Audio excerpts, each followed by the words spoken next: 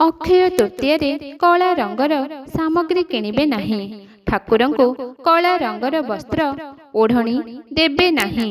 ଆପଣମାନେ ମଧ୍ୟ କଳା ରଙ୍ଗର ବସ୍ତ୍ର ପିନ୍ଧିବେ ନାହିଁ। ତାହା ଆପଣଙ୍କର ନକାରାତ୍ମକ ଶକ୍ତିକୁ ବଢ଼ାଇଥାଏ, ଆଧ୍ୟାତ୍ମିକ ଊର୍ଜାକୁ ନଷ୍ଟ କରିଥାଏ। କାଚ ସାମଗ୍ରୀ, ଲୁହାର ତିଆରି ସାମଗ୍ରୀ ଏହିସବୁ ଜିନିଷ କିଣିବେ ନାହିଁ। ଅକ୍ଷୟ ତୃତୀୟା ଦିନ କାଚ ସାମଗ୍ରୀ, ଲୁହା ତିଆରି ସାମଗ୍ରୀ କାହାକୁ ଦାନ କରିବେ ନାହିଁ। ଆପଣମାନେ ସୁନା, ରୂପା, ତମ୍ବା, ପିତ୍ତଳ, ମାଟି ବା ତାମ୍ର ଯେଉଁ ସାମଗ୍ରୀ ଏହିଥିରୁ ତିଆରି ଏହିସବୁ ଜିନିଷ କିଣିପାରିବେ। ଅକ୍ଷୟ ତୃତୀୟା ଦିନ ଚନ୍ଦନ କାଠ, ଚନ୍ଦନ ପେଡ଼ି, ଚନ୍ଦନ ଗୁଣ୍ଡ କିଣିଲେ ବହୁତ ଶୁଭ ହୋଇଥାଏ। ଝାଡ଼ୁ ମଧ୍ୟ କିଣିପାରିବେ।